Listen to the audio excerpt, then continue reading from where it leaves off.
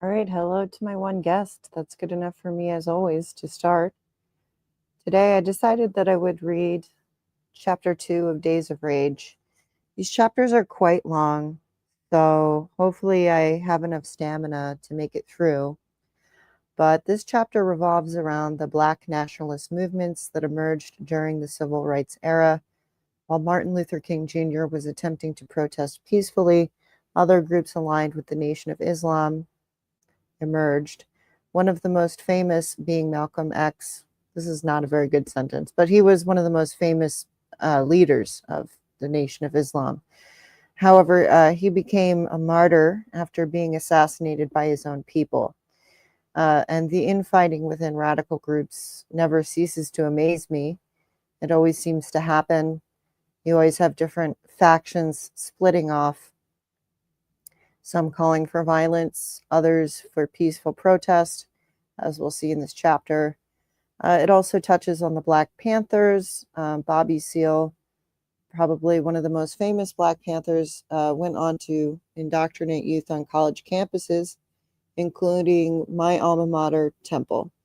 So this might be kind of might be a little bit of a controversial reading here. But I'll let you guys make your own decisions about how you feel about political violence and what works and what doesn't, and whether or not these people took it too far, and whether or not they were correct in their actions. So this is called Chapter 2, Negroes with Guns, Black Rage and the Road to Revolution. The United States has a strong history of political violence, from its birth in revolutionary battles to a bloody civil war to 2 centuries of occasional race riots, draft riots, and labor riots. Acts of political terrorism, at least until the past 25 years, have been comparatively rare. Before the modern era, the most significant was a series of bombings by an anarchist group that climaxed in the September of 1920 on an attack on Wall Street. With the possible exception of the Ku Klux Klan, the United States until 1970 had not spawned any kind of true underground movement committed to terrorist acts. There are so many myths about the 70s era underground. Mention today that an armed resistance movement sprang up in the months after My Lai, the Manson family, and Woodstock, and the most common response is something along the lines of, oh, wasn't that a bunch of hippies protesting the Vietnam War during the 60s? This couldn't be more wrong. The radicals of this new underground weren't hippies. They weren't primarily interested in the war, and it wasn't the 1960s. The last years of that decade did see a rise in campus violence, it's true, but the first true protest bombing campaign by Sam Melville's group didn't arrive until mid-1969, and headline bombings didn't become widespread until 1970. And we learned about Melville in the last chapter. If you've not listened to that, go ahead and listen to it. And while Melville and his peers certainly embraced the counterculture, they were the furthest thing from hippies, who tended towards hedonism and pacifism. And in fact, I think that Berkeley documentary, Berkeley in the 60s, is a really good watch. I've posted about it before, and I think it gives a really good breakdown of the different groups within this movement. Like I said, there are always factions within these revolutionary movements. They're never quite as cohesive as other people want to paint them. The young radicals who engaged in bombings and the assassination of policemen during the 1970s and early 1980s were, for the most part, deadly serious, hardcore leftists. Members of the Black Liberation Army read Mao as part of their mandatory daily political education classes. An even more prevalent myth, however, is that the radical violence that commenced in 1970 was a protest against the Vietnam War. In fact, while members of this new underground were vehemently anti-war, the war itself was seldom their primary focus. We related to the war in a purely opportunistic way, recalls Howard Machtinger, and I have an image of him. This is going to be a bit awkward because I have the book open on my computer, so I'm going to be flipping back and forth. So there's Howard Matchdinger, one of the Weather Underground's early leaders. He said, "We were happy to draw new members who were anti-war, but this was never about the war. What the underground movement was truly about, what it was always about, was the plight of Black Americans. Every single underground group of the 1970s, with the most notable exception of the Puerto Rican FALN, was concerned first and foremost with the struggle of Blacks against police brutality, racism, and government repression. While late in the decade, several groups expanded their worldview to protest events in South Africa and Central America, the Black cause remained the core motivation of almost every significant radical who engaged in violent activities during the 1970s. Helping out the Blacks, fighting alongside them, that was the whole kit and caboodle, says Matchinger. That was all we were about." And then let me just scroll down here because this will come in later when we actually talk about the Weathermen, which is not what this chapter is about. But there's a quote here by Elizabeth Fink that I'm about to read. She says, "Race comes first, always first," says Elizabeth Fink, a radical attorney in Brooklyn who represented scores of underground figures. "Everything started with the Black Panthers, the whole thrill of being with them. When you heard Huey Newton, you were blown away. The civil rights movement had turned bad, and these people were ready to fight. And yeah, the war. The country was turning into Nazi Germany. That's how we saw it." And I don't think they ever stopped seeing it that way. I think they still think this. And what we're looking at when we look at the radicals and the protesters these days is this has become an intergenerational struggle, even though I believe that we've made a lot of progress and that a lot of people have way more access to, let's say, the middle class lifestyle than they did previously. But of course, a lot of this comes from communism and they hate the bourgeois. So here we go. It never seems to end. So the country was turning into Nazi Germany. That's how we saw it. Do you have the guts to stand up? The underground did. And oh, the glamour of it, right? They are LARPers at the end of the day, especially the white people involved. The glamour of dealing with the underground. They were my heroes. Stupid me. It was the revolution, baby. We were going to make a revolution. We were so deluded. So it's interesting. There's a little bit of cognitive dissonance here with Elizabeth Fink, noting that she was attracted to the glamour and the excitement of it, but that at the end of the day, they were pretty deluded.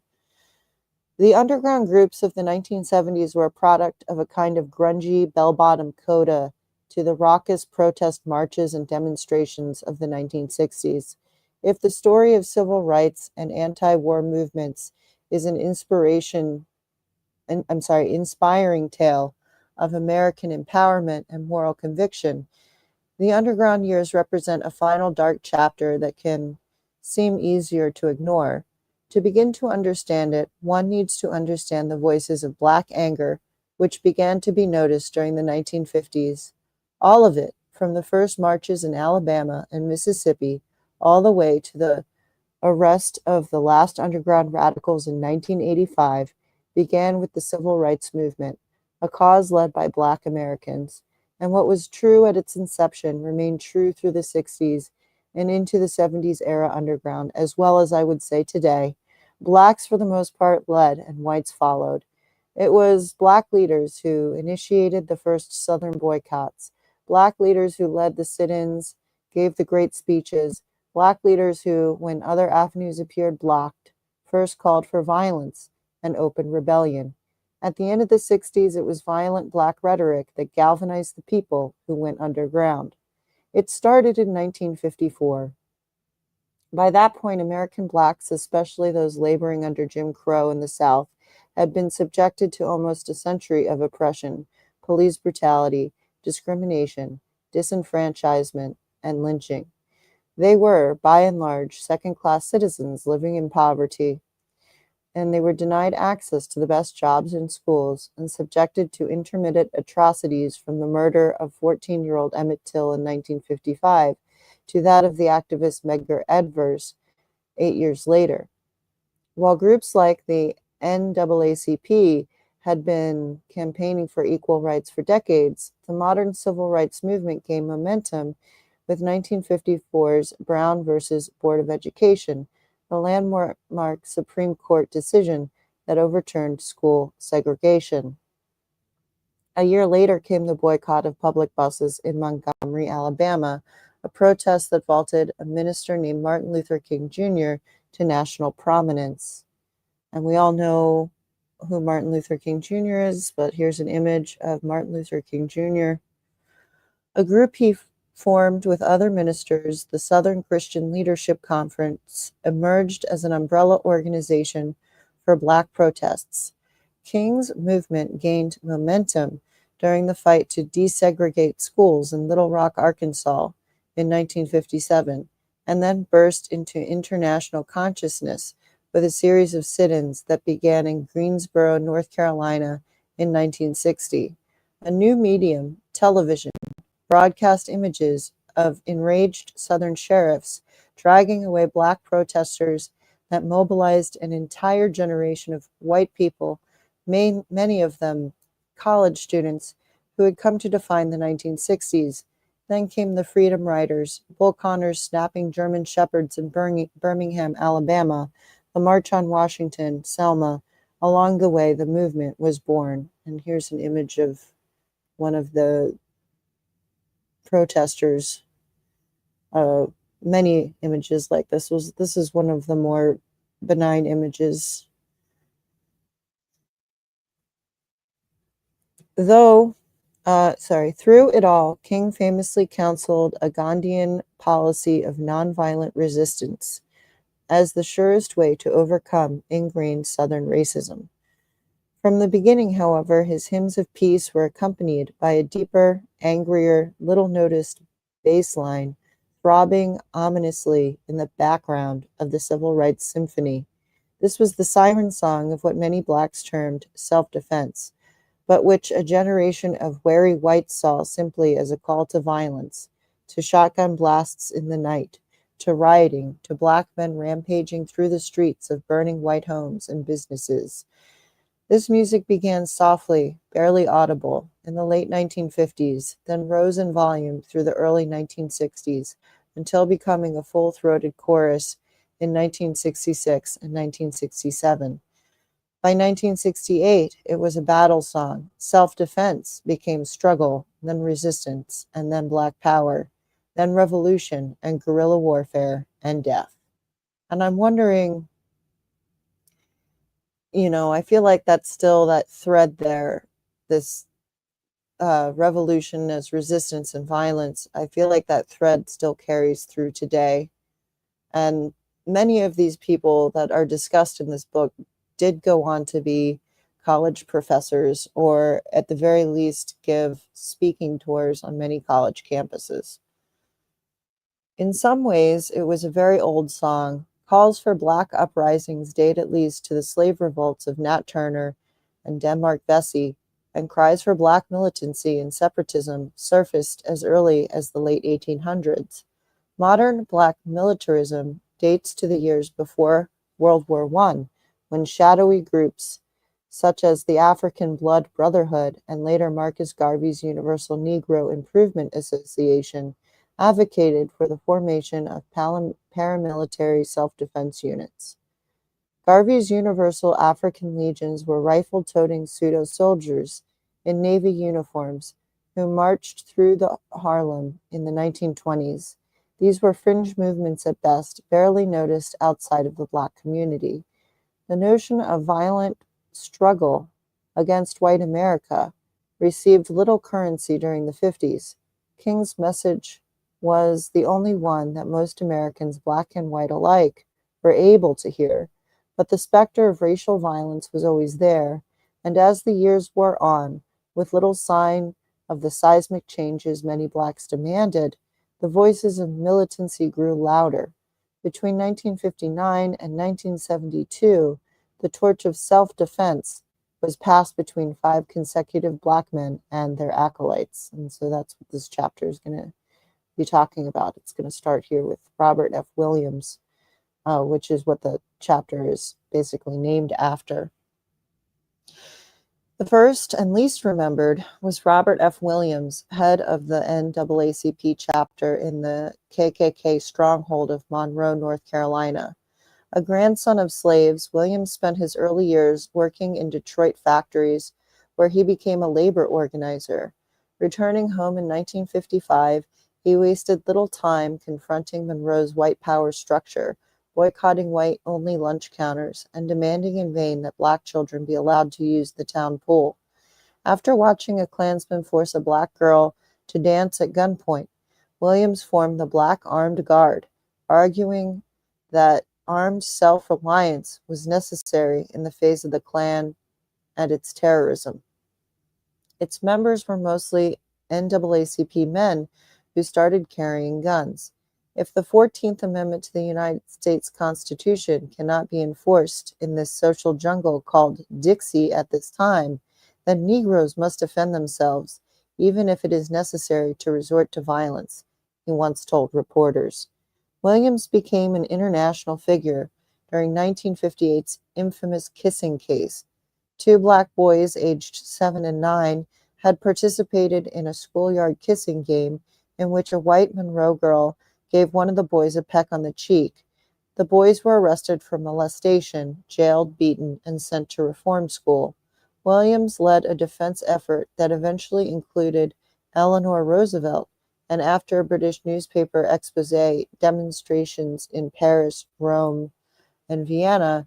In Rotterdam, the U.S. Embassy was stoned.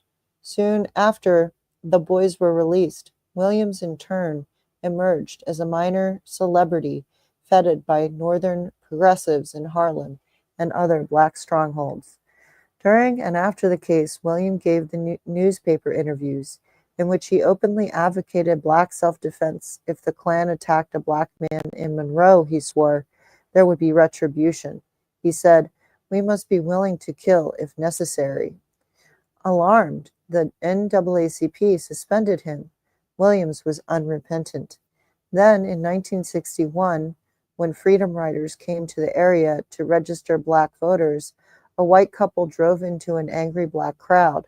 Williams took the couple into his home and briefly refused to let them leave, saying it would be unsafe. So he basically kidnapped them and was charged with that. Afterward, prosecutors charged him with kidnapping. When Williams fled, the FBI issued a warrant charging him with unlawful interstate flight. With the help of radical friends in Harlem, he made his way to Canada and then to Cuba, becoming among the first, but by far the last, U.S. radical to be warmly welcomed by Fidel Castro. And we'll see that throughout this book. And I believe it's the mayor of Los Angeles, Karen Bass, who has also made many trips to Cuba, because there's always a threat of communism within these radical leftist groups. In Cuba, Williams became a one-man factory of anti-Americanism. It was there he wrote the book that became his legacy, Negroes with Guns, in which he argued that North Carolina authorities began protecting blacks only after they armed themselves. Between 1962 and 1965, Williams churned out a stream of bellicose writings, many in self-published newspaper The Crusader.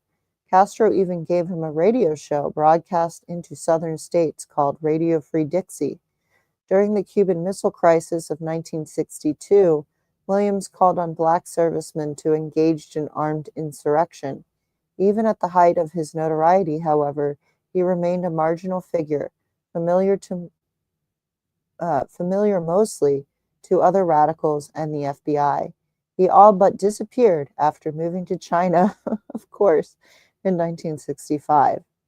The second and vastly more influential messenger of black militancy was a charismatic Harlem preacher named Malcolm Little. better known to history as Malcolm X. So, of course, I have an image of Malcolm X here. Unlike Williams and King and most other Black leaders seen on American television, Malcolm was a native of cold northern slums where Blacks faced conditions every bit as daunting as those in the Jim Crow South. Poverty, widespread unemployment, poor housing, and rampant police brutality. A Black man arrested in Harlem in the 1960s could routinely expect a beating. When policemen killed a Black citizen, there was rarely a successful prosecution. It was no accident that when underground groups began forming in 1970 and 71, their targets were rarely slumlords or army barracks or politicians. They were almost always policemen. Focusing on these issues, Malcolm X had an exponentially greater influence on Blacks than on whites. This was in large part because he never seriously engaged with the Southern Civil Rights Movement, always the primary focus of white interest. He spent much of his career performing in rhetorical theater that few whites even knew was open. Malcolm was born in Omaha in 1925, one of 8 children. His father, Earl, was a Baptist lay preacher and an ardent member of Marcus Garvey's Universal Negro Improvement Association. From an early age, Earl's sense of Black pride and self-reliance was instilled in Malcolm. Legend holds that the Klan harassed Earl Little for his views and forced the family to flee Omaha. They settled in Lansing, Michigan in 1928. As Malcolm later told his story, he was among the better students at his junior high school, but he became withdrawn after a teacher told him that his idea of becoming a lawyer was not a realistic goal for an N-word. After 8th grade, he moved to a half-sister's home in Boston. At 17, he fled to Harlem, where he became a street hustler, dealing drugs, robbing stores, and working as a pimp.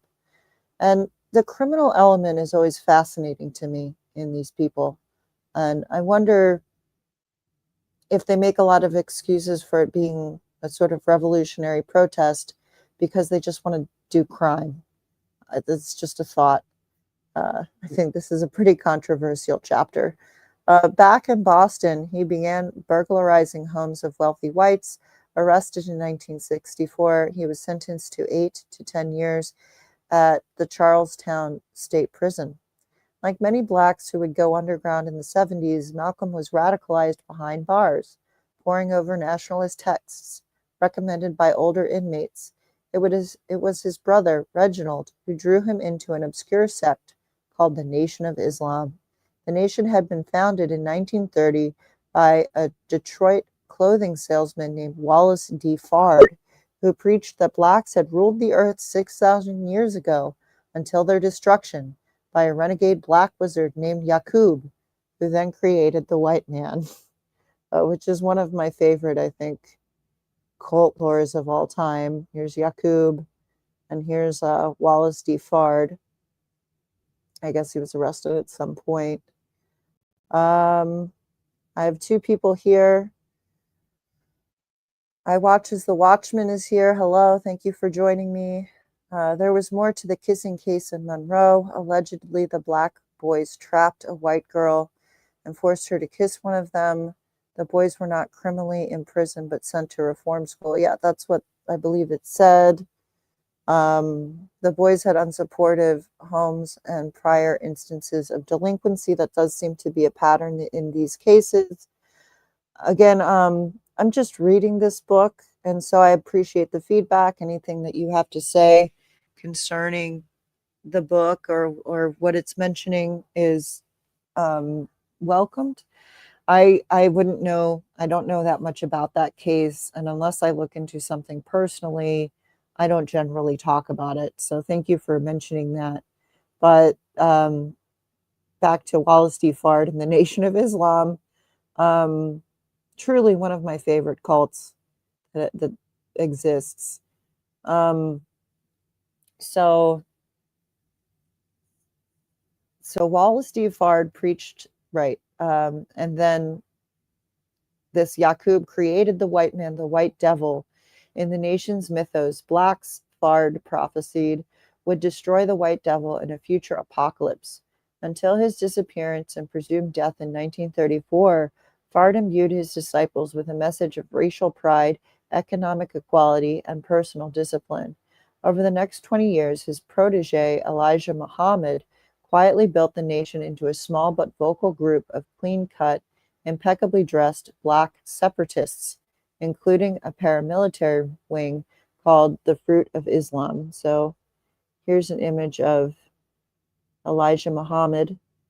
I do think that it's interesting that they went the route of looking very clean cut, and they really did tell their members not to do any kind of drugs or drink, and I think that actually helped them with their image, even though their belief system seems pretty wild and out there.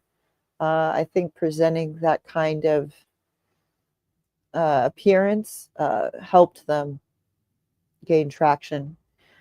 Still, by 1952, when Malcolm emerged from prison, Muhammad had only a few hundred followers.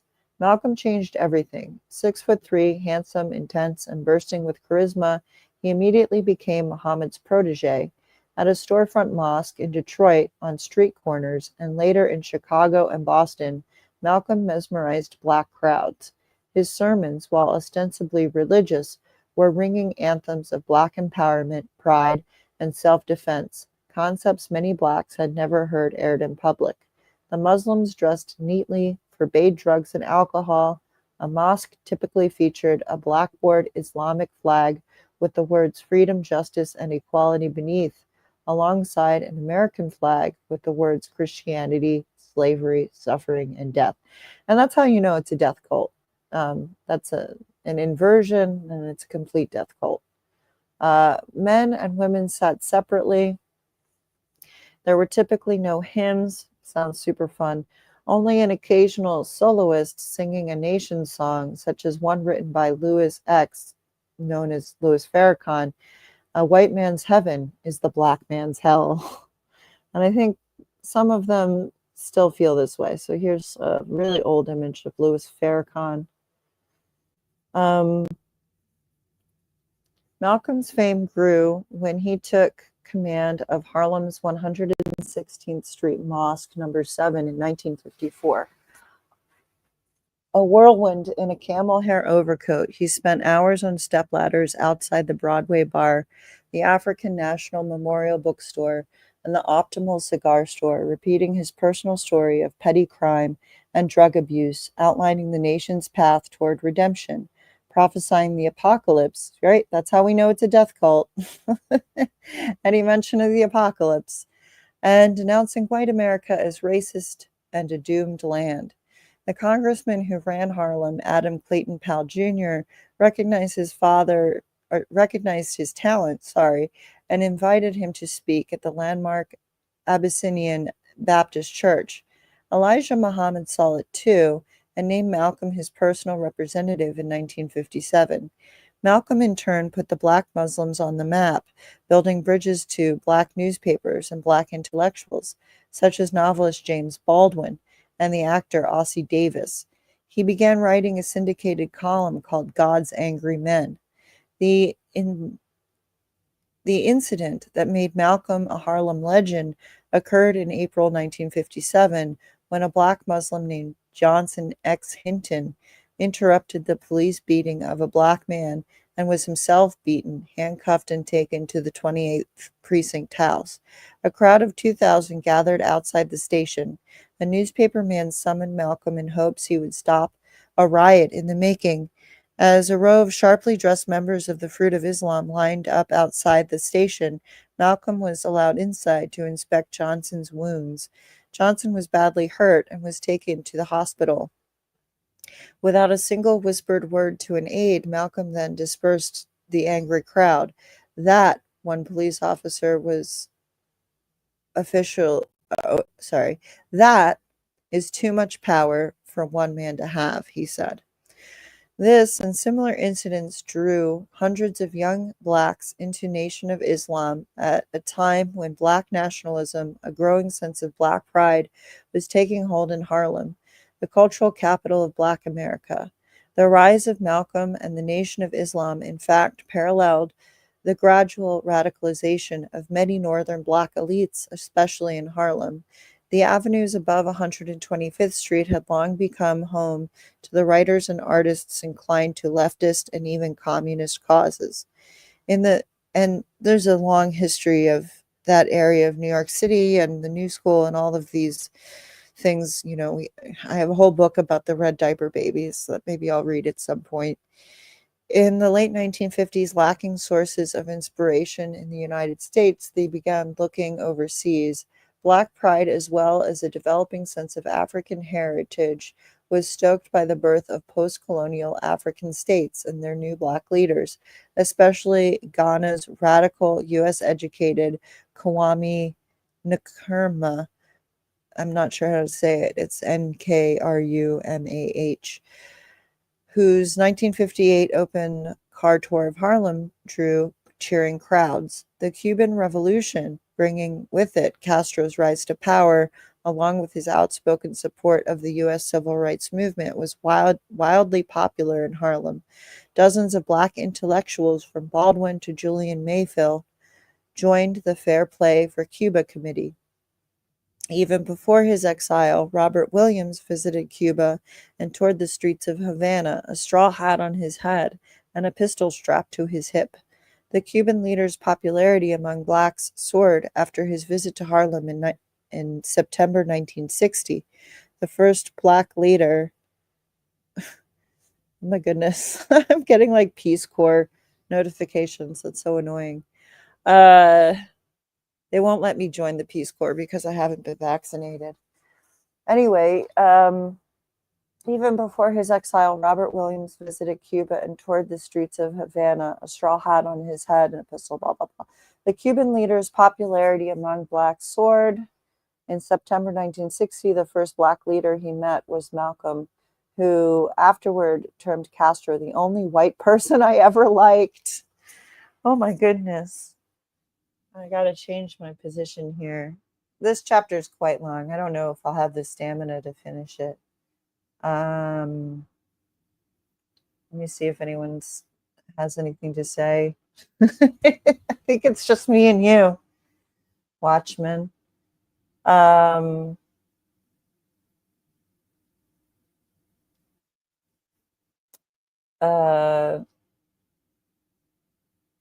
Whites are like the homunculi in the Yaqub myth.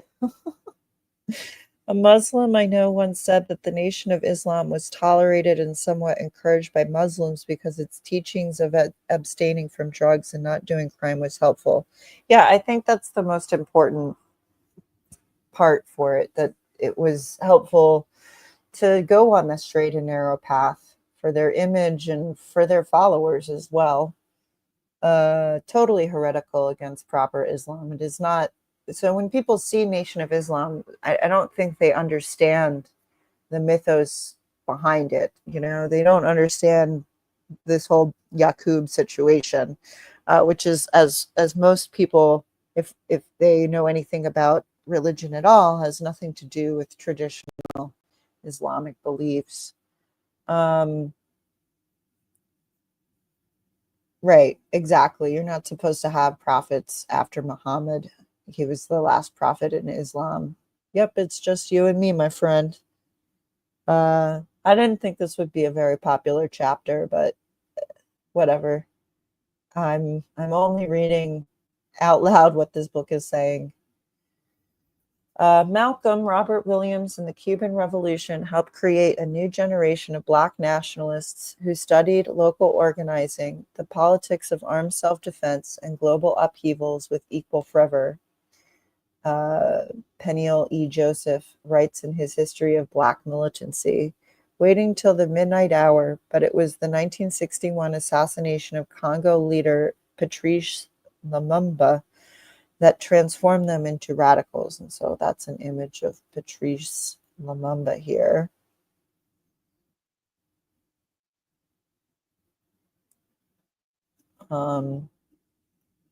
Coming 4 months after Castro's visit, Lumumba's death at the hands of a white Belgian firing squad prompted unprecedented outrage among New York's new Black Nationalist. Harlem's Amsterdam News termed it an international lynching carried out on the altar of white supremacy. On February 15, 1961, crowds of angry Black nationalists stormed the United Nations, igniting melees with guards and days of protests. One group of demonstrators told reporters that Negroes were henceforth to be called Afro-Americans. "Who died for the black man?" someone yelled. "Lumumba." "Who died for freedom?" "Lumumba." This was something altogether new in America, the image of furious Northern blacks standing in sharp contrast to their stoic Southern brethren marching behind Martin Luther King. Malcolm rode his wave of discontent to national prominence, earning profiles and interviews in Life and New York Times, in which he unleashed verbal thunderbolts like a vengeful Zeus. He attacked moderate black leaders as race traitors, and said that King was a chump, not a champ. And the baseball great Jackie Robinson was an Uncle Tom. As violence spread in the South, the assassination of Medgar Evers in 1963, fire hoses and snapping dogs in Birmingham, Malcolm's rhetoric grew steadily more violent, climaxing in perhaps his best known speech, delivered to a group of black leaders in Detroit in November 1963. It was there, drawing the distinction between moderates and militants, that he famously conjured the image of the two types of slaves: docile house Negroes who cared for their sick white masters, and hardened field Negroes who wished them dead. In doing so, he foresaw the only logical conclusion to any campaign for black equality in America: a revolution, a violent revolution. And we'll just go back up because we're about to read a rather long quote from Malcolm X here. He proclaimed, quote, "You don't have a peaceful revolution. You don't have a turn the other cheek revolution. There's no such thing as a non-violent revolution. Revolution is bloody. Revolution is hostile. Revolution knows no compromise. Revolution overturns and destroys everything that gets in its way. And you, sitting around here like a knot on the wall saying, 'I'm going to love these folks no matter how much they hate me.' No, you need a revolution. Whoever heard of a revolution where they lock arms singing 'We shall overcome'? You don't do that in a revolution. You don't do any singing. You're too busy swinging." Malcolm's image of a bloody revolution galvanized a generation of black militants and set the stage for riots that would erupt in the American ghettos for the rest of the decade. But he also sowed the seeds of his own demise. Open talk of black on white violence, of course, horrified whites and frightened many blacks, but it also elevated Malcolm to a position as black militancy's most infamous proponent. And this did not sit well with his mentor, Elijah Muhammad, who reserved such influence for himself, right? Like any good cult leader, he's not going to take this person superseding him in his own organization. And we'll find out the fate of Malcolm X, if you don't already know, in just a moment. So this angered Elijah Muhammad. And even before the Detroit speech, Muhammad had tried to rein Malcolm in. When a Los Angeles Muslim named Ronald Stokes was killed by police in 1962, Malcolm called for black Muslims everywhere to retaliate, invoking the long-foreseen War of Armageddon. Muhammad called it off, embarrassing Malcolm. The turning point came 3 weeks after the Detroit speech, when reporters asked Malcolm what he thought of President Kennedy's assassination 9 days earlier. He replied that chickens coming home to roost never make me sad, they make me glad. This was too much for Muhammad, who had forbidden public criticism of Kennedy. Amid widespread shock, he suspended Malcolm for 3 months. Malcolm spent the time touring the United States with his newest acolyte, the prize fighter Cassius Clay, otherwise known as Muhammad Ali.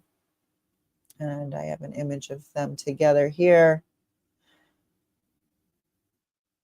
Afterward, on On March 8, 1964, Malcolm announced that he was quitting the nation to form a new group, the Organization of Afro-American Unity. It was the beginning of the end. Malcolm spent much of the next year overseas on a pilgrimage to Mecca and a tour of African and European capitals. In his absence, Harlem exploded in 10 days of riots after an off-duty police officer killed a 15-year-old black boy.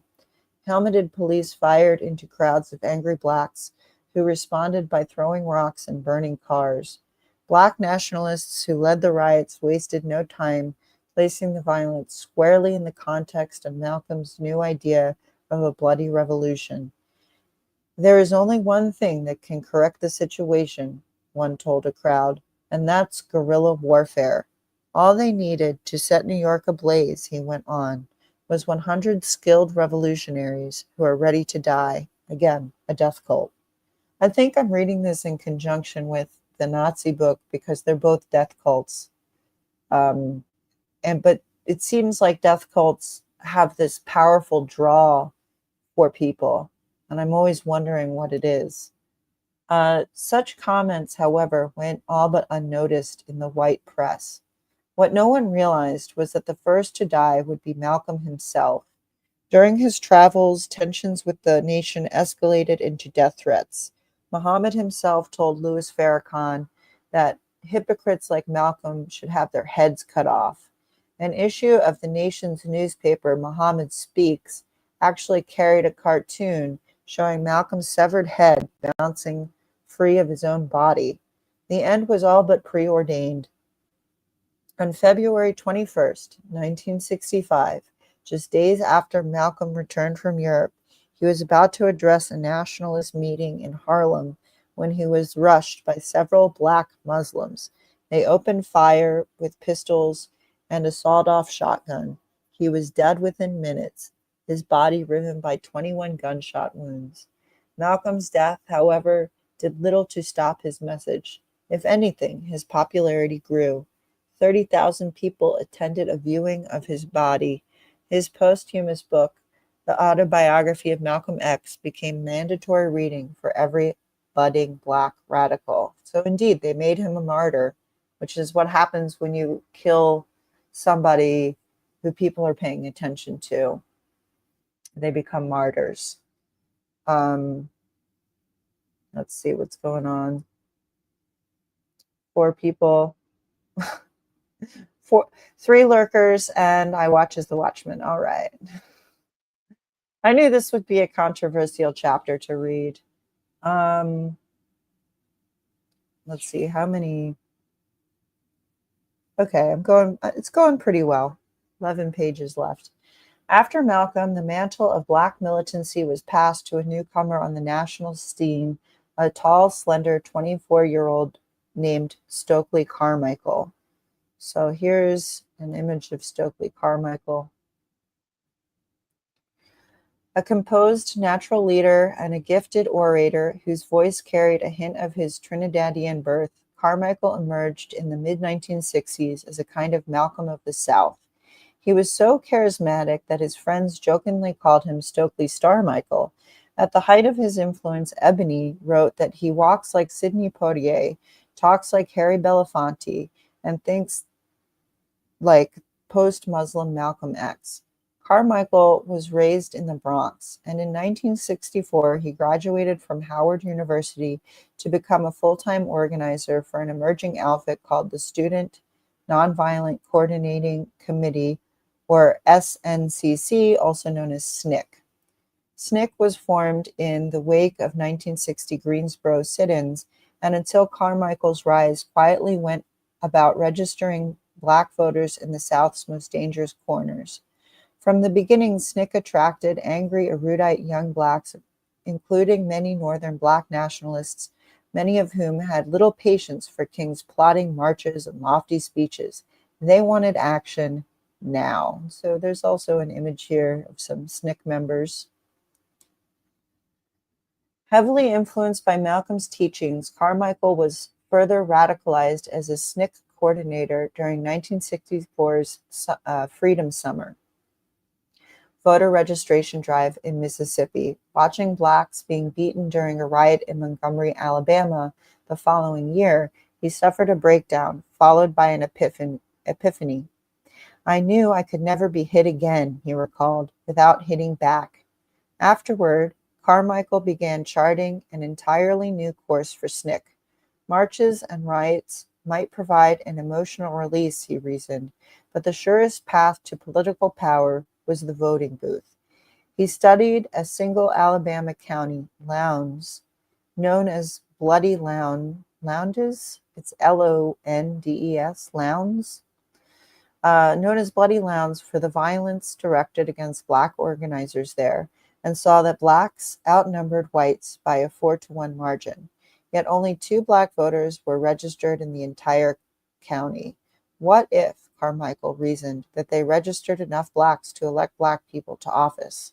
Lowndes County became an unlikely testing ground for new concepts of black militancy. SNCC formed a political party, the Lowndes County Freedom Organization, and fatefully chose as its symbol a coiled panther. The party became known in the press as the Black Panther Party, not to be confused with the later Black Panthers that will emerge in this chapter. A name that would, in time, inspire thousands of young blacks across the country. Taking a page from Black Nationalism, SNCC held classes for first-time voters in African history and literacy, played tapes of Malcolm's speeches, and produced pamphlets explaining the political system and how to cast a vote. It's very simple, Carmichael told a reporter. We intend to take over Lowndes County. They didn't. All 7 black candidates for office were defeated, thanks largely to ballot stuffing tactics widely described as illegal. It didn't matter. Carmichael and SNCC had set an example of how blacks could earn political power within the system that could inspire or would inspire a generation of young black leaders. Candidates lose, read the headline in SNCC's newsletter, but Black Panthers strong. By the summer of 1966, Carmichael and his SNCC followers were growing increasingly militant. Their emulation of Malcolm drove a wedge between Carmichael and moderate black leaders like King and the NAACP's Roy Wilkins. And I always find the infighting of these groups to be fascinating. I think it's just group dynamics. But it always happens. From Nazis to black militants to all sorts of groups, the TERFs, whoever you name, there's always infighting. There's a group of people that always wants to be ideologically pure, and then there are other people that think that that's not a winning strategy. There's all sorts of things. There are people that want to be more violent. Indeed, when I was more interested in radical feminism and doing quote unquote TERF stuff, I did come across women that wanted to be more violent. And personally, I have a commitment to anti-violence and pacifism. I just think it's more of a force of good. That's just what I think. And that's why I can't really join any kind of group. I can never be pure enough for people. Let's see. So yeah, here's Stokely Carmichael. The brewing clash of ideologies came to a head during that summer's major civil rights event, a march from Memphis to Jackson, Mississippi. It had begun on June 5th as a one-man effort by activist James Meredith, the first black man to attend University of Mississippi. When he was shot and wounded by a white supremacist, Carmichael King, and other leaders amassed hordes of marchers in Mississippi to finish what he had started. Tensions between the King and Carmichael camps were evident from the outset. While King wanted another Selma, a moment when whites could join blacks in calling for black voters to register, Carmichael argued successfully that whites should be excluded altogether. For security, he brought in the Deacons for Defense, and there's an image of them, I believe, That's what this image is. And I think NPR made a whole story about them not too long ago. But he brought the Deacons for Defense, a group of armed Louisiana blacks who followed Robert Williams' philosophy of self-defense. Marching beneath a withering sun, King overheard a SNCC volunteer say, "I'm not for that nonviolent stuff anymore. If one of those damn white Mississippi crackers touches me, I'm going to knock the hell out of him." Each night, King and Carmichael delivered speeches around their campfires. "I'm not going to beg the white man for anything I deserve," Carmichael said at one. "I'm going to take it." When King's people attempted to sing "We Shall Overcome," Carmichael's troops sang a new version, "We Shall Overrun." The moment that changed everything, when the civil rights movement began to morph into something new and frightening to many Americans, occurred on June 16, 1966, in the town of Greenwood. After he was arrested for pitching a tent at the local high school, Carmichael stormed out of the jail and marched to Broad Street Park, where a crowd waited. He leaped atop a tractor trailer and shot his fist into the air. And so for one more, we'll scroll up to Carmichael here. He said, "This is the 27th time I've been arrested, and I ain't going to jail no more. The only way we gonna stop them white men from whooping us is to take over. We've been saying freedom for 6 years, and we ain't got nothing. What we're gonna start saying now is black power." Black power, the crowd roared. Another activist, Willie Ricks, jumped atop the trailer and joined Carmichael. "What do you want?" Ricks hollered. "Black power. What do we want? Black power." Black power, for the first time, the rising tide of black anger, had not only a new face in Stokely Carmichael, but a name, Black Power. Carmichael's speech electrified the nation. The NAACP's Roy Wilkins called the term the father of hatred and the mother of violence. In a speech the very next night in Greenwood, King himself told his audience, "Some people are telling us to be like our oppressor, who has a history of using Molotov cocktails, who has a history of dropping the atomic bomb, who has a history of lynching Negroes. Now people are telling me to stoop down to that level. I'm sick and tired of violence." But it was too late. The movement of white freedom riders and speeches by Dr. King was ending. In its place, a new movement was taking shape, but exactly what it would look like, no one could say. Carmichael himself, in a television appearance on Face the Nation and in later speeches, struggled to define Black power. To him, it appeared to mean a grasp for economic and political power by a movement run by Blacks and only Blacks. Yet his use of incendiary language, when you talk about Black power, you talk about bringing this nation to its knees, only emboldened those whose vision of power meant burning, rioting, and worse. White America certainly had no difficulty defining Black power.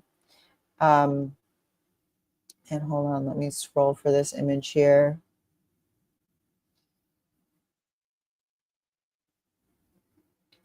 In a jarring juxtaposition, a Life cover that summer featured a tearful Elizabeth Taylor in an unrelated story beneath the headline, "Plot to Get Whitey, Red Hot Young Negroes Plan a Ghetto War." The story, focusing on a fringe militant group inspired by Robert Williams, the revolutionary action movement known as RAM, noted, quote, "In secret recesses of any ghetto in the U.S., there are dozens and hundreds of Black men working resolutely toward an Armageddon in which Whitey is to be either destroyed or forced to his knees." This, at least, was a conservative white interpretation of the Black riots that had begun convulsing U.S. cities in 1964. Los Angeles' Watts neighborhood had burned in 1965, followed in 1966 by riots in 20 cities, including San Francisco, Oakland, Cleveland, and Omaha. The idea that these riots represented something other than spontaneous frustrations of impoverished urban Blacks, that these could be the first shots of an armed Black revolution, came into sharp focus in 1967. The catalyst was a pair of nasty summer riots in Newark and Detroit, in which crowds of enraged blacks ransacked entire city blocks and engaged in street battles with police and hundreds of National Guardsmen. In the flames of Newark, the activist Tom Hayden, like many others in the movement, saw a black rebellion. So I do have an image of Tom Hayden here.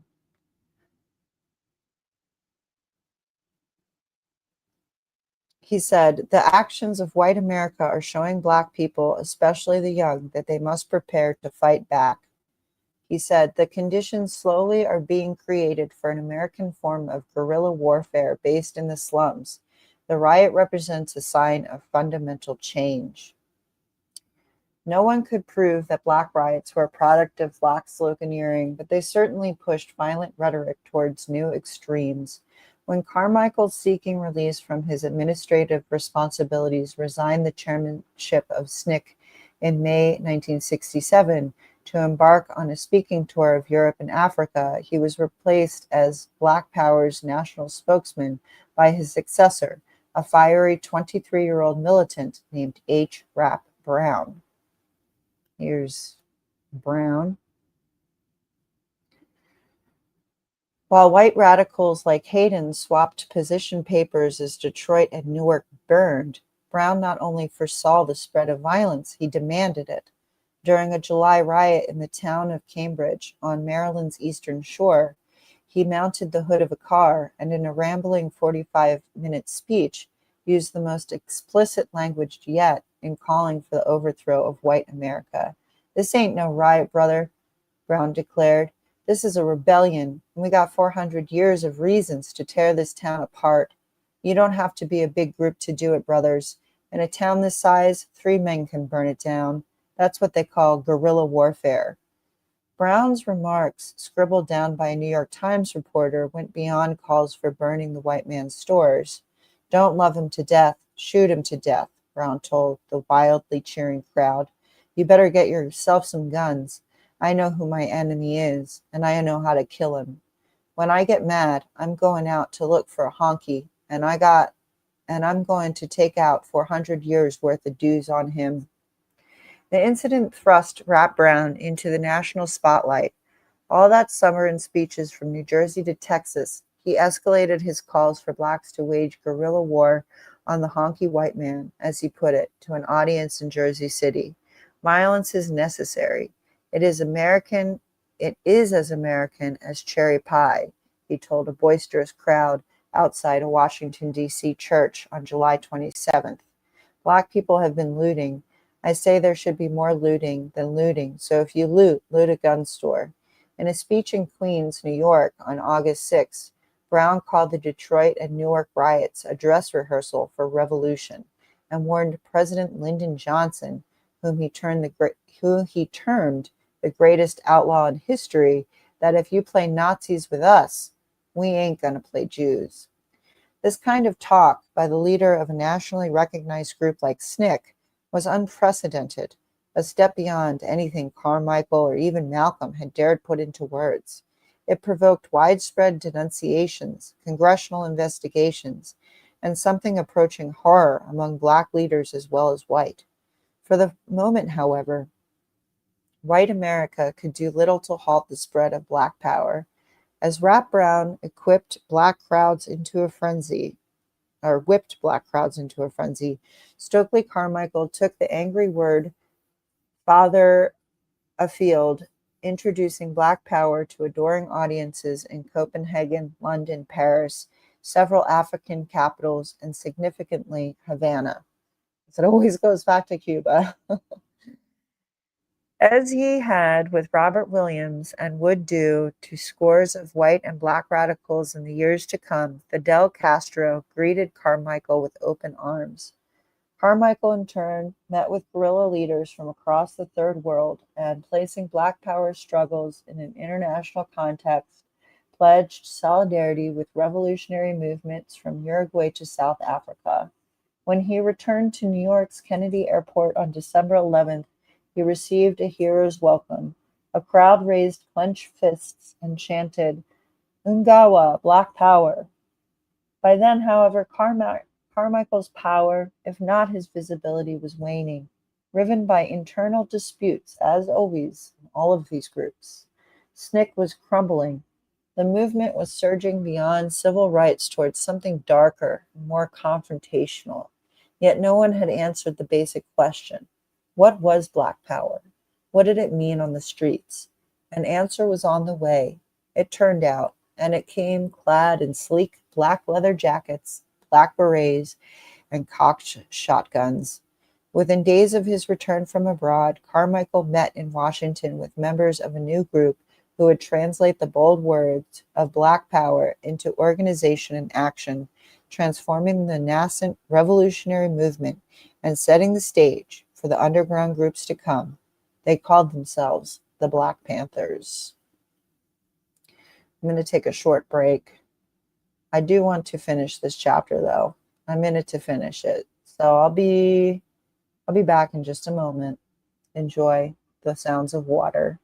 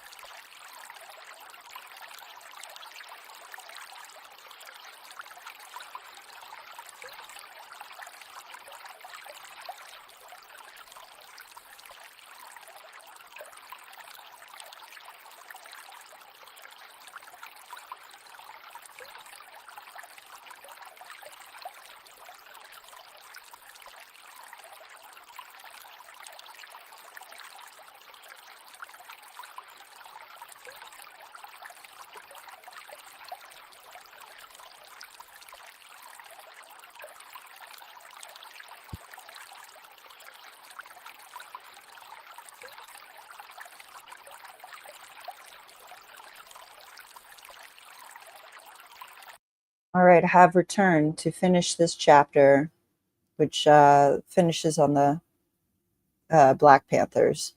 And I thought this was a nice picture, like a more fun image of these guys. Anyway, so this next part, and we're almost finished here, is about the Black Panthers. Stokely Carmichael's work in Lowndes County had actually spawned a dozen or more tiny Black Power groups who called themselves Black Panthers in New York, St. Louis, San Francisco, and other northern cities. But only one of these would become the Black Panthers. This was the one that was formed around a pair of Oakland College students, Huey Newton and Bobby Seale, who founded their Black Party for Self-Defense 4 months after Carmichael's Greenwood speech in October 1966. Like many, they would attract in 1967 and 68. Newton and Seale were working-class Southern transplants. The seventh child of a minister and a housewife, Newton had come from Louisiana as a boy, and Seale had come from Dallas. Newton, silkily handsome, thin-skinned, intellectual, a tortured soul, was the thinker, the visionary. Seale, 6 years older, served as the governor on Newton's fiery engine. And Seale ended up teaching for a brief period at Temple University and would later go on to give speeches to youth on college campuses about how to organize, because the revolution never ends for these people. Even if things have improved. I mean, my theory is as basic as they'd be out of a job if they stopped touting the revolution. So let's see, where was I? They became friends at Oakland's Merritt College, where Newton paid his tuition in part by burglarizing homes. Seale, following a dishonorable discharge from the Air Force, had joined the Robert Williams-inspired Revolutionary Action Movement. He met Newton at Merritt's Afro-American Association. Both were smitten by the entire canon of revolutionary literature circa 1966, especially Negroes with Guns, Frantz Fanon's The Wretched of the Earth, and anything written by Che Guevara. They read everything Mao wrote. And so my aside here, though, is like, I'm not sure that they actually took Mao very seriously at all. And in the documentary I watched called Berkeley in the 60s, which again, I highly recommend if you want to get a grasp of what these people were thinking and feeling at this time. And it's not mentioned in this book at all, but the way that they got money to buy guns is that they sold the little red book on college campuses. And so I'm really not sure that they took Mao all that seriously. So that's my note here for that part. But their idol was Malcolm, whose every word they treated as scripture. Newton later called the Panthers a living testament to Malcolm's life work. As the thrill as the thrill of Black power swept Black colleges and ghettos in the fall of 1966, the two decided to form a local group to protest police brutality and mount armed patrols to monitor police in Black neighborhoods, as the group in Watts was doing. They pitched the idea to Merritt's Soul Strident Advisory Council, which rejected it as impractical. When Seale took it to his REM friends, they were more empathetic. They called him suicidal, or they were more emphatic. I'm sorry. They called him suicidal. And so that fall, Newton and Seale sat down in the offices of the North Oakland Service Center, and engulfed by books and pamphlets issued by REM, let me start that one again. And so this is why I can't read chapters that are longer than 10 pages. This thing is like 20 pages long. Oof, let me take a sip of this. Okay. And so that fall, Newton and Seale sat down in the offices of the North Oakland Service Center, and, engulfed by books and pamphlets issued by RAM, the Nation of Islam, and a half dozen other militant groups, devised a program of their own. Newton dictated, Seale transcribed. The result was the Panthers' famous 10-point program. Some of these points were practical, some not.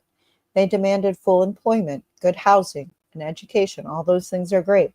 An end to police brutality, awesome. And freedom, but also the exemption of Blacks from military service and the release of all Blacks in every jail and prison. And that's where you see the beginning of this anti-carceral movement, which is still going. Like I said, we're dealing with intergenerational revolutionaries at this time. Before they had a single recruit, Newton named himself the party's leader, its Minister of Defense, while Seale became the chairman, the number 2.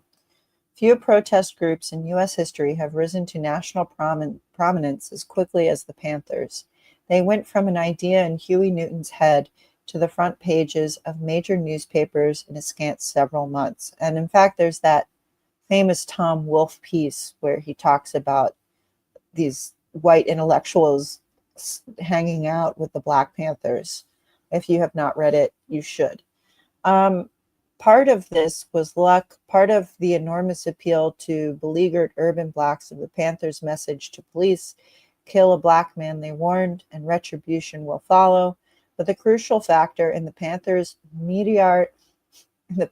rise was Newton's genius for media and street theatrics, as demonstrated from their first confrontations with authority to the costumes they donned: black leather jackets, powder blue shirts and turtlenecks, and especially the black berets they wore in honor of Che Guevara. Unlike other Black militant groups springing up that year, the Panthers not only sounded badass, they looked it. In its first 100 days, The party consisted only of Newton, Seale, and a dozen or so of their friends. With little fanfare, they secured their first guns, learned how to use and clean them, opened a storefront. And like I said about the guns, they got that by selling Mao's Little Red Book on college campuses. And it sounded like when, I think it's Bobby Seale that's in the documentary, when he's recounting that story, he's laughing like it's like hilarious. And it is kind of a funny story. And it also makes me think that they weren't really taking whatever was in Mao's Little Red Book very seriously. It was just a way for them to make money, to buy guns. Um,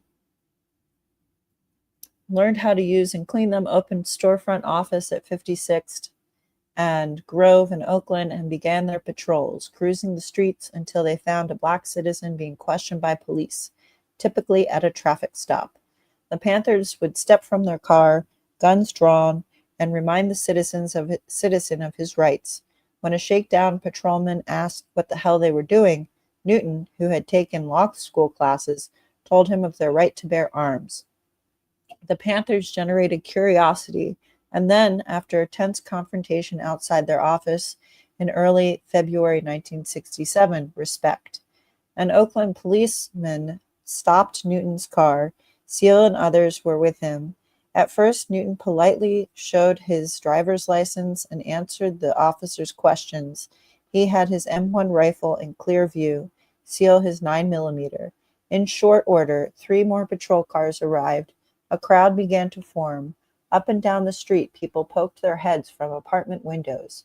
When an officer asked to see the guns, Newton refused. "Get away from the car," Newton said. "We don't want you around the car, and that's all there is to it." "Who the hell do you think you are?" the officer demanded. "Who in the hell do you think you are?" Newton replied. At that moment, Newton emerged from the car and loudly chambered a round in his rifle.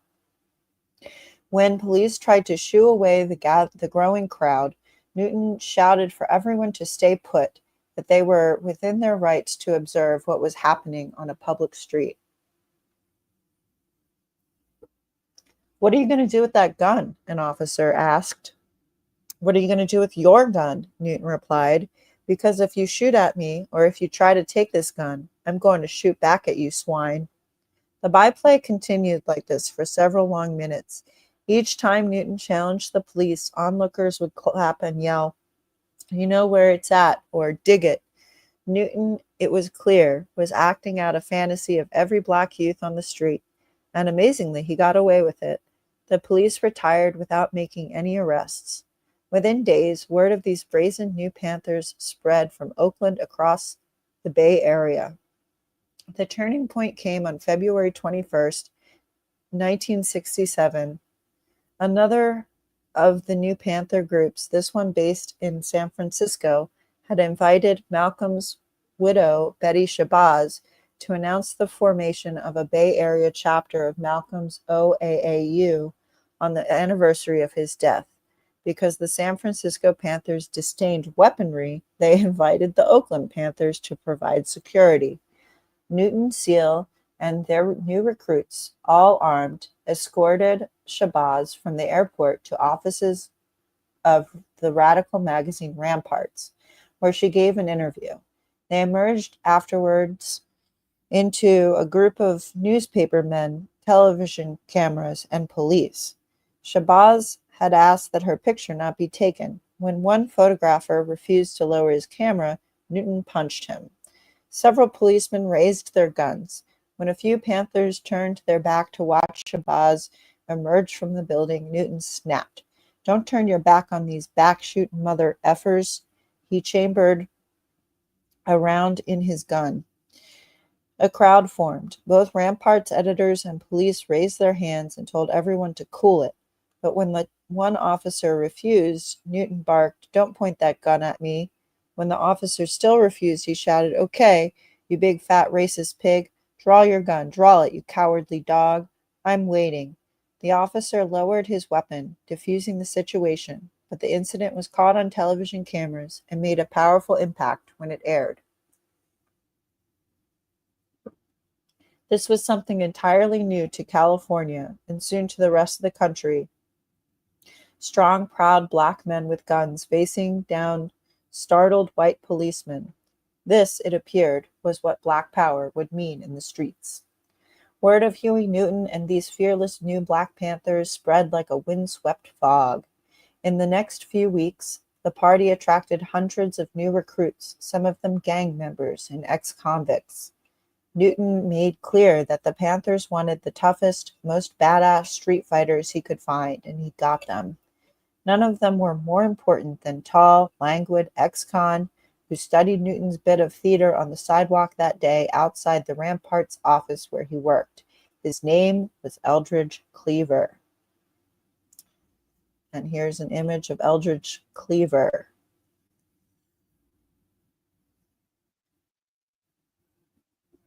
Oh, I still have the water on. I'm sorry. Okay, my bad. So, okay, here's I don't know where we left off. Here's Bobby Seale and Huey Newton, and here's an image of Eldridge Cleaver. Thank you for letting me know.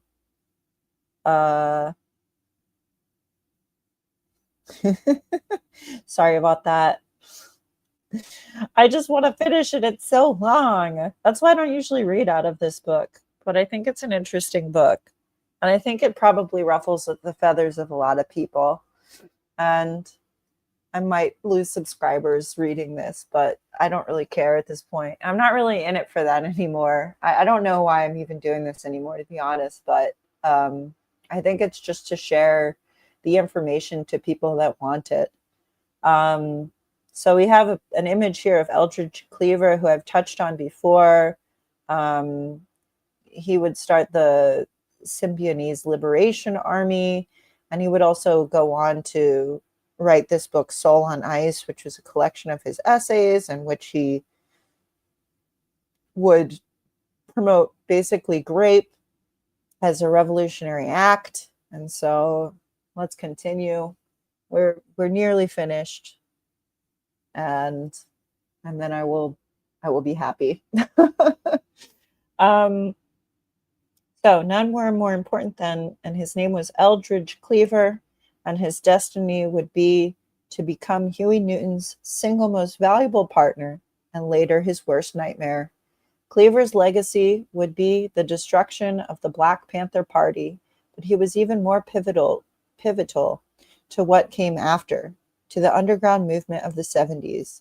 He became Black Power's fourth great voice, the bridge between open defiance of American authority and urban guerrilla warfare. Not only would he emerge as the guiding force behind the Black Liberation Army, but having forged alliances between Black convicts and white Bay Area radicals, he created the intellectual framework for what became the Symbionese Liberation Army. And so I have that famous image. They kidnapped Patty Hearst, then she became one of them in a famous case of Stockholm Syndrome, though I'm not really sure I buy the whole story at all. What do you guys think? There was no Black voice before or since quite like Cleaver's. Born in rural Arkansas in 1935, he moved with his family to Phoenix and then to Watts, where as a teenager he fell into a life of drugs and petty theft. This is a pattern with many of these guys. He spent much of the 1950s shuttling between reform schools and California prisons, eventually in 1957 graduating to grape. Years later, in a series of essays that paved the way for the white radical deification of hardened Black prison inmates. Then this is crazy to me. This is what makes me think that like some white people really do have some kind of Stockholm syndrome. Like this is going to get wild. He described his rape of white women as his first revolutionary act. He wrote, quote, "To refine my technique, I started out by practicing on Black girls in the ghetto, in the Black ghetto where dark and vicious deeds appear not as aberrations or deviations from the norm, but as part of the sufficiency of the evil of the day. And when I considered myself smooth enough, I crossed the tracks and sought out white prey. I did this consciously, deliberately, willfully, methodically. Grape was an insurrectionary act. It delighted me that I was defying and trampling upon the white man's law, upon his system of values, and that I was defiling his women. And this point, I believe, was the most satisfying to me because I was very resentful over the historical fact of how the white man has used the black woman. I felt I was getting revenge. So I think this is a very disturbing person. I think that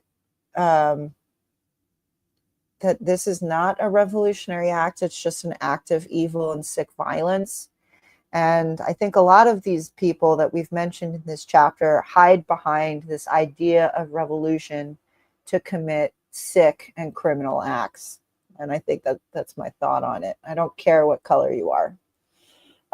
Sentenced to prison for rape, first at San Quentin and later at Folsom, Cleaver, like Malcolm X, read voraciously and joined the Nation of Islam and became a leader in the state's burgeoning prison movement, pushing for books and classes in African history. In 1965, he wrote a radical Bay Area attorney named Beverly Axelrod who took up his case. She gave some of Cleaver's letters to editors at Ramparts who enjoyed them so much that they promised to hire him, as they did when Axelrod managed to secure Cleaver's release in December of 1966. Cleaver, who became Axelrod's lover, said years later that he had been romantically gaming her in a cynical bid to gain his freedoms. Wow. Just let that one sink in for a little bit. At Ramparts, Cleaver became an instant celebrity, by far the most prominent black radical in the Bay Area. Angry, sometimes funny, and frequently sexual, his letters and articles portrayed Cleaver as a kind of cross between Malcolm X and Barry White, an angry, charismatic lover man with his own revolutionary spin on hoary black stereotypes. Cleaver viewed blacks as sexual supermen, envied by whites, and too often rejected by uppity black women. The more things change, huh? And like Huey Newton, he argued that the most genuine revolutionaries were those who were most oppressed, black prison inmates and gangbangers. I'm sorry, friends. I think they're just criminals. That's my stance on this. An idea that appealed strongly to white radicals yearning for a taste of black authenticity because white radicals wanted to LARP. They are part of the activist class, okay? And so there's nothing more appealing to them than criminality. And this is a theme that runs through revolutionary radical leftist groups to this day. Unlike Stokely Carmichael, Cleaver embraced white radicals who adored him. They flocked to Black House, a kind of black power salon Cleaver co-founded, where he held court with every movement figure who visited San Francisco. Cleaver's rise would be capped in 1968 when his letters and Ramparts articles were packaged into a memoir, Soul on Ice, an international bestseller that sold more than 2 million copies in just 2 years. What does that say about society? I think it reflects a deep sickness within society that this man could make this into a bestseller. And it was really just his greeds about how grape was a revolutionary act.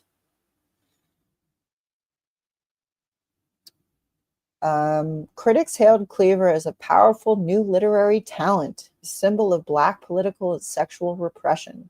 The New York Times named Soul on Ice one of the 10 best books of 1968.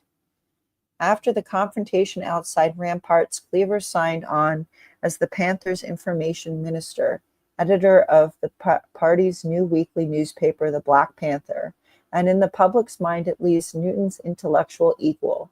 But while the Newton-Cleaver marriage gave the Panthers instant legitimacy in radical circles, it introduced an ideological rift that would eventually split the party. Newton and Seale were using armed self-defense as a recruiting tool, a way to lure members to man the education, welfare, and free breakfast programs the Panthers were putting into place. For all their tough talk, they had no intention of actually hunting policemen. It was theatrics for them, you know? But of course, these kinds of theatrics attract a very dark crowd. Cleaver did. He wanted the bloody fight Malcolm and Rap Brown foresaw. A genuine revolution, Vietnam-style guerrilla warfare in America. Many found this hard to take seriously, but Cleaver was serious. Once, when asked what he meant when he talked of an army, Cleaver responded, quote, "A black liberation army, an army of angry NIGGAS." I'm not going to say that out loud. With Cleaver on board, the Panthers' profile rose quickly. After a sheriff's deputy killed an unarmed car thief named Denzel Dowell that April, the Panthers announced their own investigation. This outraged a group of state legislators, one of whom swore to get the Panthers by introducing a bill to ban the public display of loaded weapons. Newton's dramatic response would make the Panthers a household name. On May 2, 1967, Bobby Seale led a team of 24 armed Panthers clad in black leather and berets to the California State Capitol building in Sacramento. A news crew on hand for a talk Governor Ronald Reagan was giving to a group of school children on a nearby lawn began filming. Seale, wearing a .45 on his hip, was stopped by security guards at the top of the Capitol steps. To his left stood a Panther holding a .347 Magnum.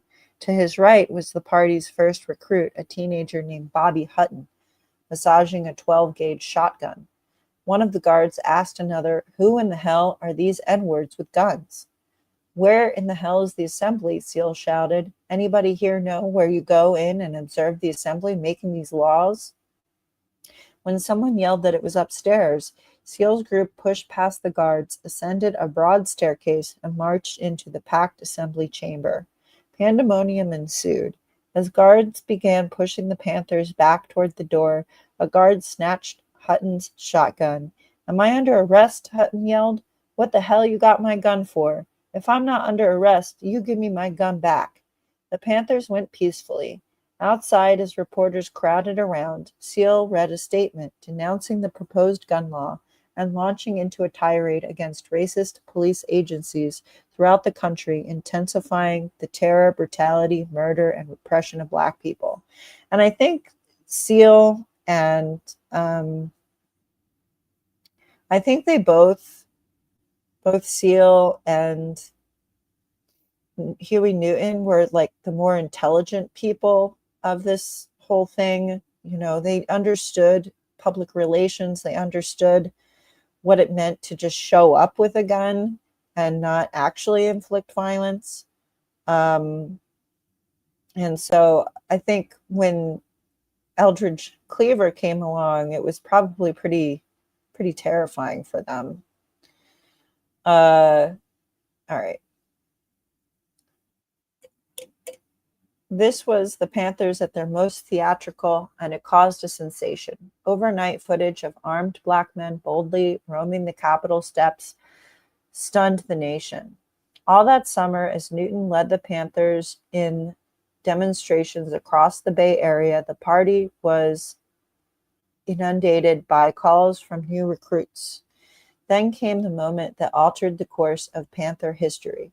Early on the morning of October 28, 1967, Newton, who by his own estimate had already been stopped by police 50 or more times, was flagged down by an Oakland patrol car. A gunfight ensued. Newton walked away with at least one bullet hole in his abdomen. 2 officers were badly wounded, 1 died. When Newton limped into an emergency room, he was arrested. He would not go free for 3 years. The prosecution of Huey Newton would be one of the decade's centerpiece events, providing a rallying cry, "Free Huey," for a generation of Black Power advocates, drawing hundreds of recruits to the party and mobilizing thousands more to protests. But the impact on the Panthers was ultimately devastating. The absence of both Newton and Bobby Seale, who was serving a 6-month sentence for his role in the confrontation on the Capitol steps, created a leadership vacuum that was filled by Eldridge Cleaver. It was under Cleaver that the Panthers would drastically escalate their language of violence and insurrection to levels never before heard in America. The audacity of this rhetoric, even from a vantage point of 45 years, is shocking. It was in the Panthers newspaper, the Black Panther, that coined the phrase, "off the pig." Under Cleaver, the Panther openly called for the murder of policemen, supplying tips on ambush tactics and ways to build bombs. "The only good pig," quipped Michael Sedawow, I don't even know how to say that. Michael Tabor, a New York Panther, is a dead pig. The Panther chief of staff, David Hilliard, was arrested after telling a crowd in San Francisco, "We will kill Richard Nixon." When Cleaver ran for president in 1968, he said of the White House, "We will burn the mother effer down." Another Panther was quoted as saying, "We need black FBI agents to assassinate J. Edgar Hoover, and an N-word CIA agent should kidnap the Rockefellers and the Kennedys." Panther rhetoric in turn inspired a host of Black voices towards new extremes. A young poet, Nikki Giovanni, was among the mainstream Black writers attracted to revolutionary themes. And here's an image of her and her poem, which I don't even really want to read out loud, but it says, "N-word, can you kill, can you kill? Can an N-word kill? Can an N-word kill a honky? Can you splatter their brains in the street? Can you kill them? Learn to kill N-words. Learn to be Black men." Woof. Much of this, the author Curtis J. Austin has observed could be dismissed as ghetto rhetoric, but the FBI, especially urban police commissioners, could not ignore it, and with good reason. The escalation in Black Power rhetoric paralleled a rise in attacks on police. Between 1964 and 69, assaults on Los Angeles patrolmen quintupled. Between 67 and 69, attacks on officers in New Jersey leaped by 41%. In Detroit, they rose 70% in 1969 alone. In congressional testimony and press interviews, police officials in cities across the country blamed the rise in violence squarely on the Panthers and their ultra-violent rhetoric. The Panthers drew the FBI's attention early on. In late 1967, agents began bugging party headquarters in Oakland, the first step in an anti-Panther drive that, as shown elsewhere in this book, would grow into an elaborate and illegal campaign of dirty tricks against Black Power groups, all of it designed to prevent the rise of what J. Edgar Hoover called a Black Messiah, a single Black leader who could unite the disparate voices of Black Power. Until the Messiah rose, Hoover told a Senate committee in 1969 he considered the Panthers the greatest threat to internal security of the country. In early 1968, the rise in Panther rhetoric led to heightened tensions with Bay Area police, especially in Oakland. The police launched scores of raids on Panther homes, briefly arresting Cleaver and Seale, and rumors flew that police were plotting to wipe out the Panthers. Then on April 4th, Martin Luther King was assassinated in Memphis. And that was the United States government that did that, which is not mentioned here. In Washington, D.C., Stokely Carmichael, now aligned with the Panthers, announced that white America had declared war on Blacks. Riots broke out in more than 120 cities. In Oakland, 2 days later, Cleaver and a group of Panthers jumped into 3 cars and went looking for police to kill. They stopped at an intersection in West Oakland. Cleaver recalled later because he needed to take a piss real badly. An Oakland patrolman pulled up behind. Everybody all day was talking about some action, Cleaver recalled. So we put together a little series of events to take the next night, where we basically went out to ambush the cops. But it was an aborted ambush because the cops showed up too soon. When the patrol car pulled up, Cleaver said the Panthers got out and started shooting. That's what happened. People scattered and ran every which way. I think, yeah, so we'll just put Eldridge Cleaver back up here. Cleaver and a young Bobby Hutton took refuge in the basement of a nearby home, where they engaged police in a 90-minute gunfight. When the police used tear gas, Cleaver emerged shirtless to show he was unarmed, alongside Hutton. Officers began shoving and kicking Hutton. When he stumbled, shots rang out. Hutton, hit at least 6 times, was killed. He became a martyr. Cleaver granted bail and became a hero. It was King's death and the image of brave Panthers seeking to avenge it that cemented the party's national reputation. For the first time, many blacks who had resisted the martial calls of the Black Power movement began to believe that white violence must be met with black violence. Emissaries arrived in Oakland from New York and dozens of other cities, all clamoring to start their own Panther chapters. In a matter of months, party members went from hundreds to thousands.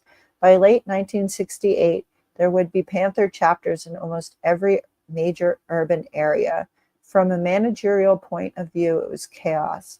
A central committee was supposed to impose some kind of structure, but for the moment, Panther headquarters exercised little sway over these new affiliates. It was, in some respects, the apex of the party's influence. Looking back, there is no denying that the Panthers' heroic age was already passing. In September, after a 2-month trial marked by rancorous demonstrations, Huey Newton was convicted of manslaughter and sentenced to 2 to 15 years. Bobby Seale was indicted for taking part in demonstrations at the Democratic National Convention that August, becoming one of the Chicago Eight. Eldridge Cleaver, released on bond after the April shootout, spent the rest of 1968 campaigning for president and promoting Soul on Ice. After refusing to appear for a court date on November 27th, he vanished. Some said he fled to Canada, others to Cuba. The next month, a weary Stokely Carmichael boarded a freighter for a self-imposed exile in Guinea. The revolution is not about dying, he observed. It's about living. It could have fooled me. In the absence of its best-known leaders, the party was ostensibly run by Newton's childhood friend and chief of staff, David Hilliard. But Hilliard was a weak leader, crass and profane, and by early 1969, the chapters were growing increasingly autonomous, straining ties between Oakland and the larger East Coast outposts, especially the ultra-militant New York chapter. Beset by police informers, Hilliard initiated a nationwide purge of suspected members, forbidding new initiates and further alienating not only his subordinates, but the Panthers' radical white allies. The new Nixon administration had an all-out war on the party, and this led to mass arrests of Panthers in New York in April and May 1969, and in New Haven that May. By the summer of 1969, the party was spiraling toward anarchy, which is exactly when a crucial group of Panthers' white allies mounted a kind of rescue operation. These were not just any allies. They were the creme de la creme, the national leadership of the dominant white movement organization, Students for a Democratic Society, known as SDS. They called themselves Weathermen. That's the end of that chapter.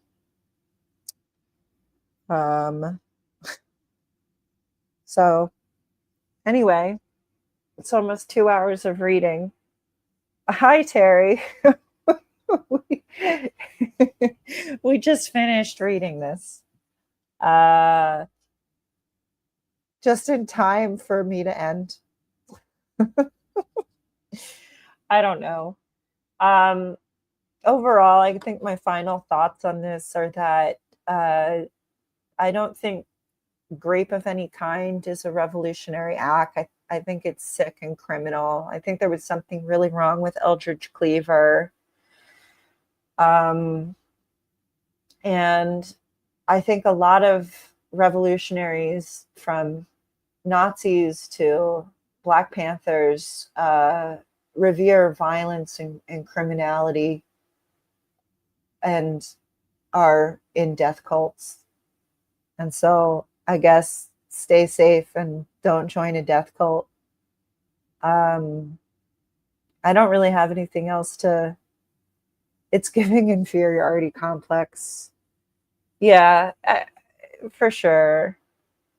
I just think Eldridge, he's probably to me the most like terrifying person of this whole story. I love this image though of him in front of these flowers, like he's this, serious thinker slash lover. Um, and what do you guys think? Do you think Patty Hearst had Stockholm syndrome, or was she actually like kind of secretly into this whole thing? But yeah, I mean, I'm a peaceful person. I'm a pacifist. I'm against violence, and I guess that's why I read these kinds of things, because it cuts both ways. It cuts all sorts of ways. It cuts through race. It cuts through all sorts of things. This sort of revolutionary spirit, and it always ends, I think, pretty poorly. Uh, However, a lot of these people, like for example, Bobby Seale, will just open his Wikipedia page. Bobby Seale went on to speak at college campuses, and he also taught at Temple University. So what ends up happening with these revolutionaries a lot of times is that they sort of, in their younger days, they're very violent and idealistic, and then they kind of figure out what happens as a result, and they get smart and they get hip to it, and they decide, you know what, I'm going to fight against the system within the system. And that's why they become college professors and they speak at college campuses, because you have to indoctrinate the youth. That's, I think, one of the major things I've learned throughout reading these books, is that you have to get the youth, because they're impressionable and they have a lot of energy and they don't know any better. So I guess that's my lesson. You think Patty Hearst? I think she was secretly into it. Yeah, I mean, I have no idea. Terry says, I think she got Stockholmed and then got into it.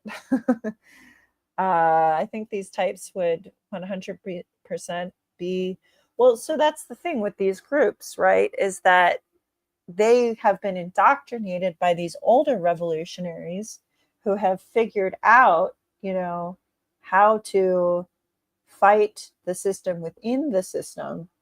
And that's where we get these Antifa type groups.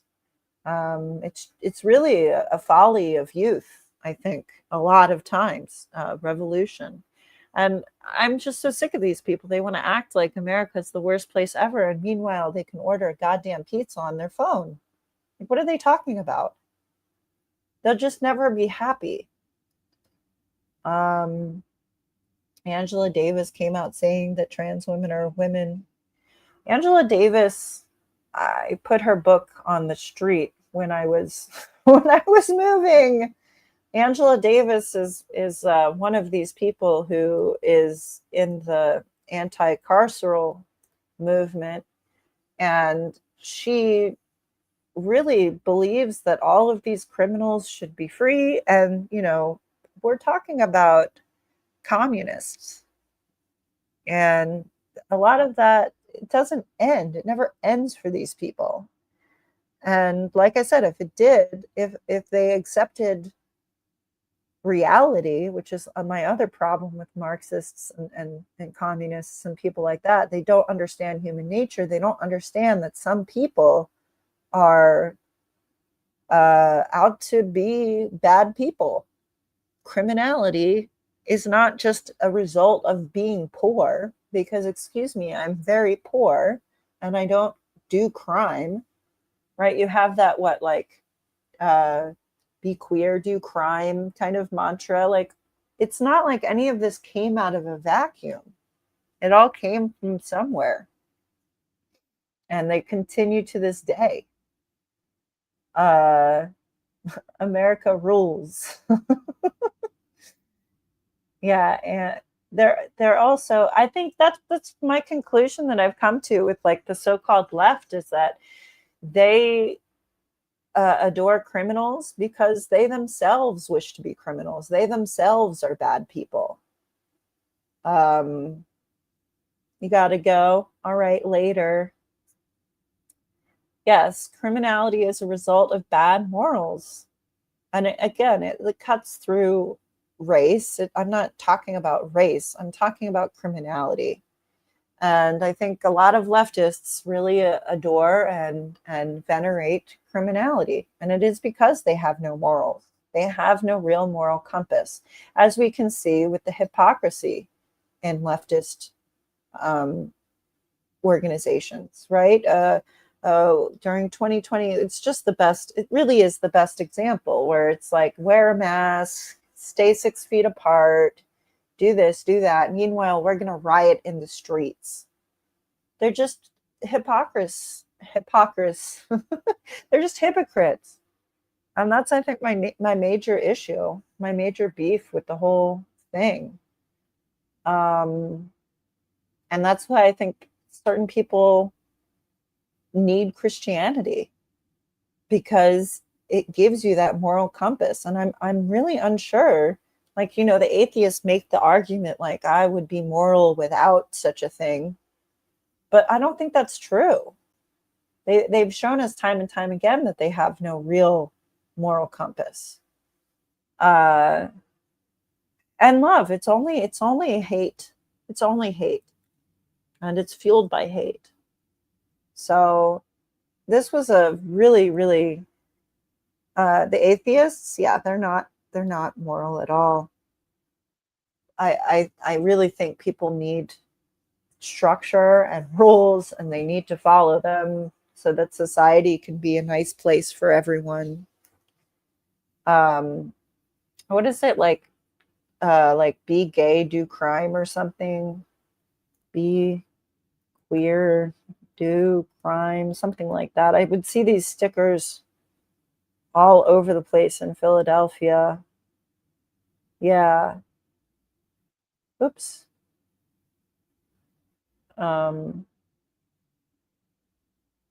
This be gay, do crime. And then they wonder, like, why are people so upset? Like, why did they keep coming after us? It's because of this rhetoric. It's bad. It's bad news. Words, logos is powerful.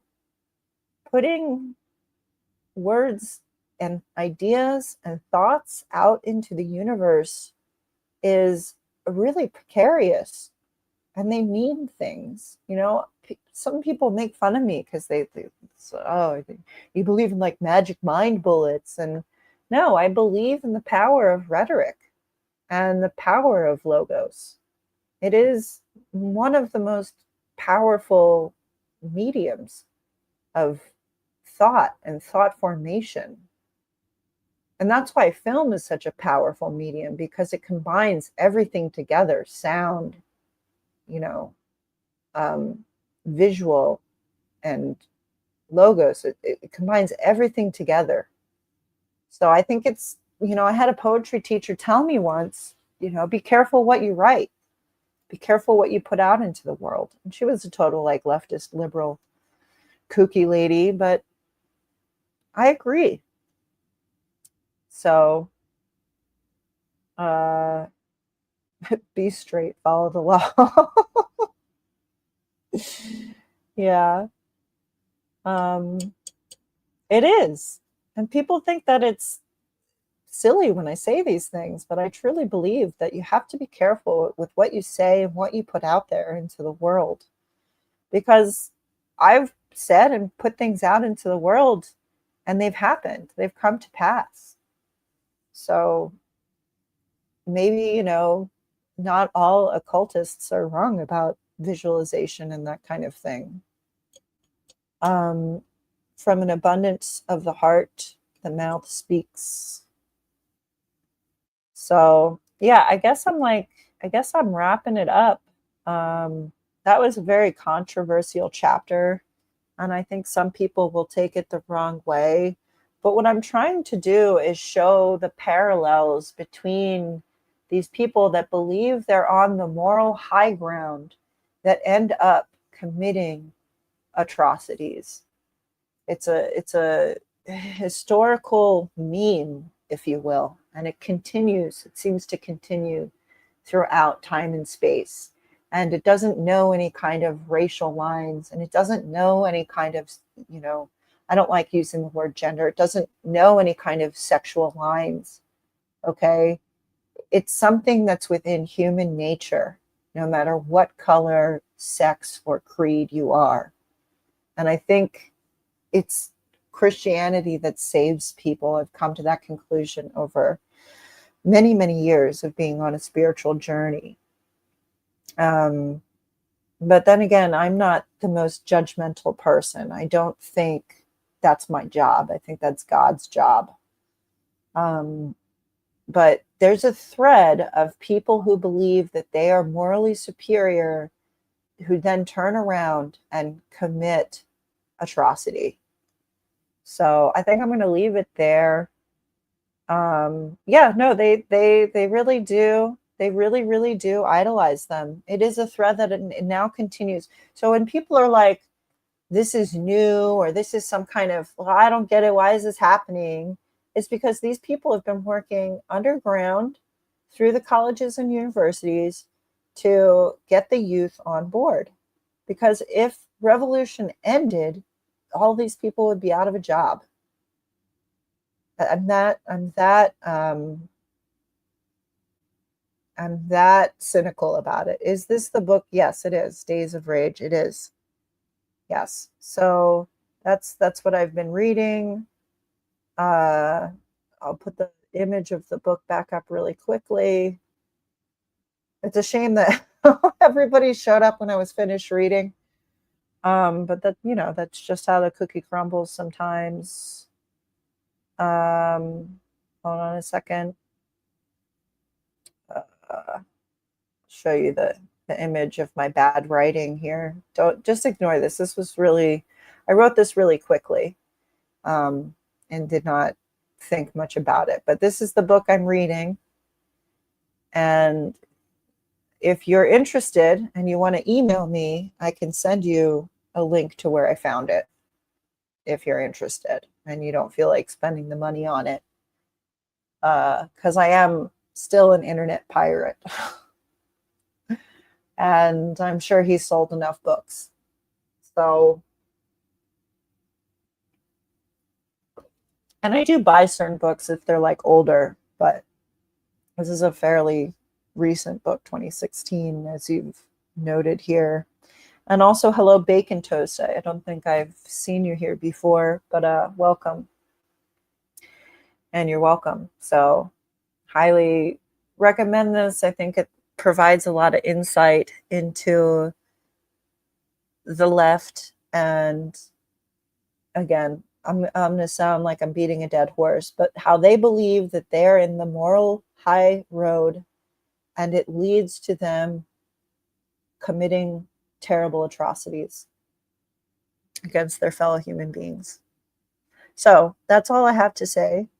I'm thinking I'm going to do a live stream tomorrow night about about like almost a decade now of like turf stuff, and like what I think of all the people involved. And Terry, if you're still here, I do want to thank you for your older content, because I think it woke a lot of people up, including myself. But then, of course, all the infighting occurred and the purity politics and all of that. So, hello, Bacon Toast. Yes, that's it. It's almost been 2 hours. It was really difficult for me to read 20 pages of a book today. That's why I don't generally read this book, because the chapters are quite long. And after about 10 pages, which usually takes about an hour, I kind of want to like just stop. But I did it. I committed. If you want to watch this on catch up, you can. I hope everyone's having an awesome time doing whatever they're doing. And I'll catch you on the flip side. Take care.